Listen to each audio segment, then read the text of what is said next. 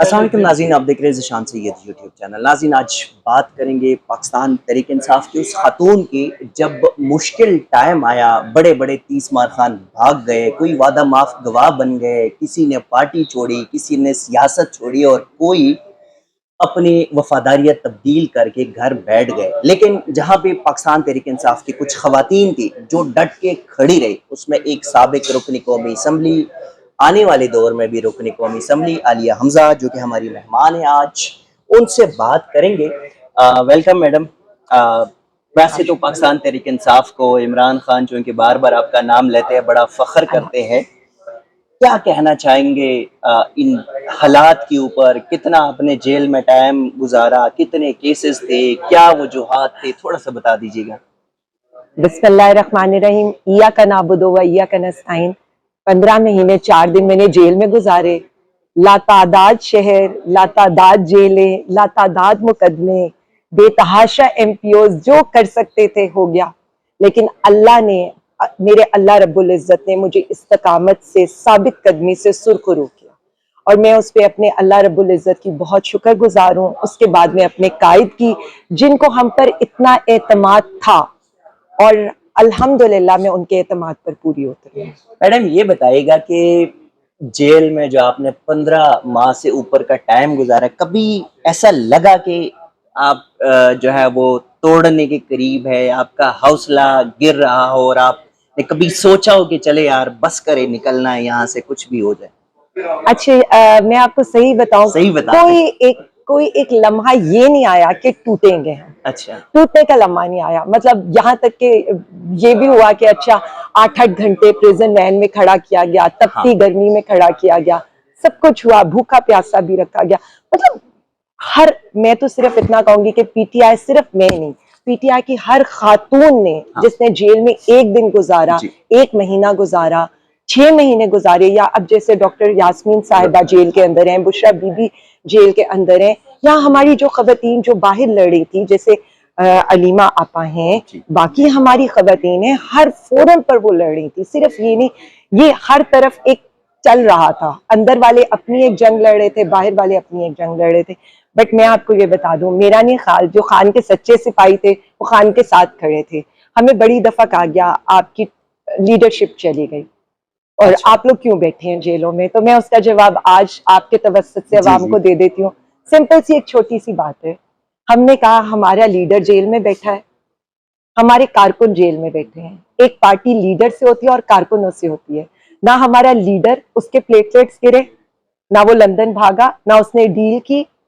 یہ بات نہ کرے کیونکہ لوگ مائنڈ کرتے ہیں۔ دیکھیں، میں نے کسی کے مائنڈ، میں تو 15 مہینے سے جیل میں رہی ہوں، جس نے مائنڈ کرنا ہے وہ مائنڈ کرے، لیکن میں آپ کو سچ بتاؤں گی، نہ لیڈر بھاگا، نہ کارکن بھاگے، ڈٹ کے کھڑے رہے، اپنے لیڈر کے ساتھ کھڑے رہے، اور جو لوگ ان کے لیڈر کے ساتھ کھڑے ہوئے ان کو انہوں نے عزت کا مقام بھی دیا، اور جو بھاگ گئے انہوں نے ان کو فارغ بھی کر دیا۔ ویسے ہم نے دیکھا یہ جو 25 مئی سے لے کے 2022 اور پھر 23 پھر 24 ابھی آپ کی رہائی ہوئی، ان تمام واقعات کو ہم نے دیکھا، ہم نے سنا، ہم نے مطلب ہر اینگل کو ہم نے کور کیا۔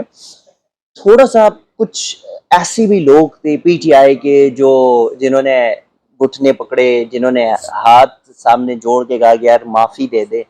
آپ کو کوئی آفر آئی تھی کہ آپ اگر پی ٹی آئی چھوڑ دو تو ہم کیا کریں گے، یہ آپ کو ریوارڈ کریں گے؟ میں صرف اتنا کہہ سکتی ہوں، لاتعداد دفعہ ایسی آفرز بھی آتی ہیں، کوئی ایک تو بتا دیتا کہ ناظرین کو پتہ بھی چلے۔ میں صرف اتنا سمجھتی ہوں کہ سب کو پتہ ہے، میں اس وقت سٹنگ ایم این اے تھی اور پارٹی کی اسپوکس پرسن بھی تھی، تو جو سب کے ساتھ ہو رہا تھا، کوئی خاص میرے ساتھ نہیں، لیکن جو سب اسٹیچر کے لوگوں کے ساتھ ہو رہا تھا، وہی آفر سب کو آ رہی تھی، وہی ہمیں بھی آ رہی تھی۔ کوئی ایسا اسپیسیفک دیکھیں، اسپیسیفک ایکٹ میں صرف اس کا جواب آپ کو بتا دیتی ہوں۔ میرا جواب ایک ہی تھا، میرا اللہ رب العزت اتنا طاقتور ہے، اتنا غفور الرحیم ہے، اتنا عظیم ہے کہ وہ کبھی بھی مجھے جھکنے نہیں دے گا، اور اللہ رب العزت نے اس پر میری جو اپنے رب کے اوپر بھروسہ تھا نا، وہ اور سٹرونگ کر دیا۔ 3 چیزیں میں ان لوگوں کے لیے جو ڈر کے، اور مجھے نہیں پتا ان کی مجبوری ہوگی، کیا مجبوریاں تھی، اللہ میاں ان کے لیے آسانیاں کرے۔ میں کسی کے بارے میں کچھ نہیں کہتی، سب لوگ مشکل حالات سے گزرے ہوں گے، آئی ڈونٹ نو، ہمیں نہیں کہنا چاہیے۔ بٹ میں نے جو 3 چیزیں جیل میں سیکھی، اور پھر ایک ہمارے بہت ہی میں ان کی بہت رسپیکٹ کرتی ہوں. انہوں نے ان 3 چیزوں کو کیٹیگرائز کیا, میں وہ بتا دیتی ہوں.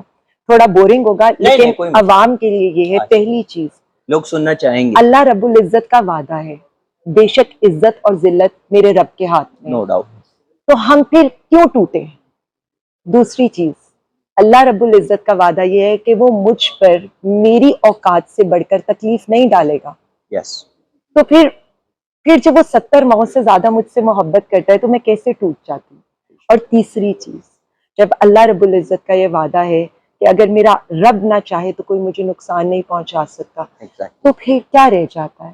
یا تو پھر میرا ایمان کمزور ہوگا, تو پھر میں ٹوٹوں گی. اچھا, جیل میں آپ نے جو ٹائم گزارا, آپ کے ساتھ طیبہ راجہ, خدیجہ شاہ, یاسمین راشد, صنم جاوید اور بھی بہت سارے خواتین تھے, لیکن یہ تھوڑا سا چونکہ ظاہر ہے میڈیا میں ان کا نام چلتا رہا, تو کبھی آپ کی ملاقاتیں ہوتی تھی ان سے؟ اور اگر ملاقاتیں ہوتی رہی کبھی پریزن وین میں یا کبھی سیل میں, تو میرے خیال میں آپ نہیں ہوں گے ایک ساتھ. ہر سیل میں ایک ساتھ ہی. اچھا, تو کیا ڈسکشن اندر چل رہی ہوتی ڈاکٹر صاحبہ ساتھ نہیں تھے, باقی سب لوگ تو ساتھ تھے. سب خواتین ہماری بہت حوصلے مند ہیں, بہت حوصلے مند. سب نے حوصلے سے یہ جیل برداشت کی ہے, ہنستے مسکراتے ہوئے جیل برداشت کی ہے. میں ایک ایک خاتون کو اپریشیٹ کرنا چاہتی ہوں. صنم کا سب سے لمبا عرصہ میرے ساتھ گزرا. ان کے 2 بچے تھے, ان کے ہسبینڈ جیل میں رہے, ثابت قدم رہی. خدیجہ, ان کی 5 سال کی چھوٹی بچی تھی, ان کا بزنس سفر کیا, ثابت قدم رہی. طیبہ کی ایگزامپل لے لیں, عائشہ کی ایگزامپل لے لیں, روبینہ جمیل کی لے لیں, رضیہ سلطانہ, ماریہ, لاتعداد خواتین ہیں. میں ایک ایک خاتون کا نام لوں اور اس کی قربانیاں گنواؤں. میں اسی لیے ایک لفظ میں یہ کہہ سکتی ہوں, بلکہ ایک میری بہت ہی پیاری سمیرہ بھی ہیں جنہوں نے میرے حلقے میں بھی کیمپین کی, تو میں صرف اتنا بتاؤں گی, کوئی خاتون ایسی نہیں تھی جس نے یہ کہا ہو کہ میرا حوصلہ ٹوٹ گیا. سب ثابت قدم رہی, خان کے ساتھ کھڑی رہی, اور یہی کہتے تھے ہم ڈٹ کے کھڑے ہیں اپنے لیڈر کے ساتھ. اچھا, جب آپ لوگ جیل میں تھے تو اور ڈاکٹر صاحبہ کی تو عظمت کو میں سلام کرتی ہوں, اس لیے کہ کینسر سروائیور, بیمار خاتون, لیکن ان کے حوصلے سب سے بلند تھے. اسی طرح شاہ محمود قریشی صاحب سے میری آخری جیل ٹرائل میں ملاقات ہوئی, بالکل کھڑے ہیں.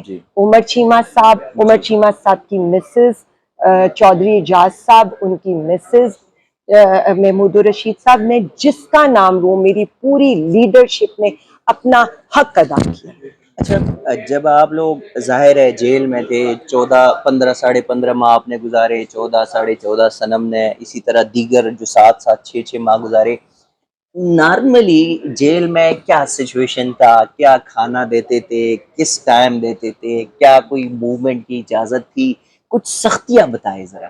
میں صرف اتنا بتا سکتی ہوں کہ ہمارے لیے تو فرائی پین, لوگوں کے پاس تو کپڑے استری کرنے کے لیے ہوتا ہے نا, ہمارے تو کھانے کے لیے بھی نہیں تھا.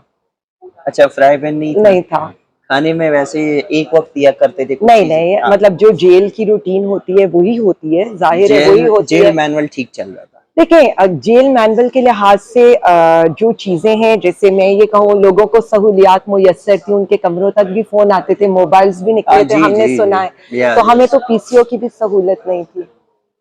اچھا, آپ کی فیملی سے ملاقات ہوتی تھی؟ جی, میری فیملی سے جو عام کرمنلز کو جیسے رکھا جاتا ہے, ہفتے میں 1 دفعہ 30 منٹ کی ملاقات ہوتی تھی, جالیوں کے پار ہوتی تھی ملاقات, سب کو پتہ ہے. جیل کے اندر سے, جو کہ آپ اندر تھی, اور آپ کی ایک بیٹی ہے, وہ بھی آپ ہی کی طرح بہادر نکلی اور اس نے پورا آپ کا الیکشن لڑا. جی, اور اس کا صلہ اسے دیا گیا. اس بچی کو FIRs ڈالی گئی اس کے اوپر, اس کا ضمنی میں نام ہے.